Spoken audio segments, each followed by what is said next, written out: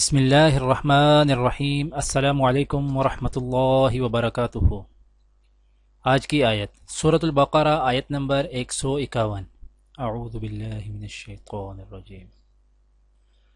کما ارسلنا فیکم رسولا منکم یتلو علیکم آیاتنا ویزکیکم ویعلمکم الکتاب والحکمة ويعلمكم ما لم تكونوا تعلمون۔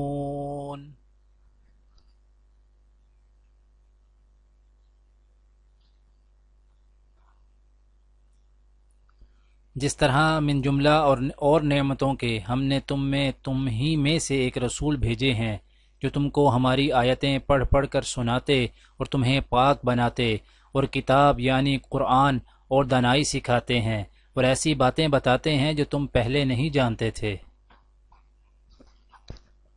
آج کی دعا: ربنا لا تزغ قلوبنا بعد اذ هديتنا وهب لنا من لدنك رحمة انك انت الوهاب۔ پروردگار، جب تو ہمیں سیدھے رستہ پر لگا چکا ہے تو پھر کہیں ہمارے دلوں کو کجی میں مبتلا نہ کر دیجیو، ہمیں اپنا خزانہ فیض سے رحمت عطا کر کہ تو ہی فیاض حقیقی ہے۔ آج کی حدیث: حضرت عبداللہ بن ابی اوفی رضی اللہ تعالی عنہ بیان کرتے ہیں کہ ہم رسول اللہ صلی اللہ علیہ وآلہ وسلم کے ساتھ سفر میں جا رہے تھے۔ آپ صلی اللہ علیہ وآلہ وسلم روزے سے تھے۔ جب سورج غروب ہوا تو آپ صلی اللہ علیہ وآلہ وسلم نے ایک شخص سے فرمایا کہ اتر کر ہمارے لیے ستو گھول۔ انہوں نے کہا، یا رسول اللہ، تھوڑی دیر اور ٹھہریے۔ آپ صلی اللہ علیہ وآلہ وسلم نے فرمایا کہ اتر کر ہمارے لیے ستو گھول۔ انہوں نے پھر یہی کہا کہ یا رسول اللہ، ابھی تو دن باقی ہے۔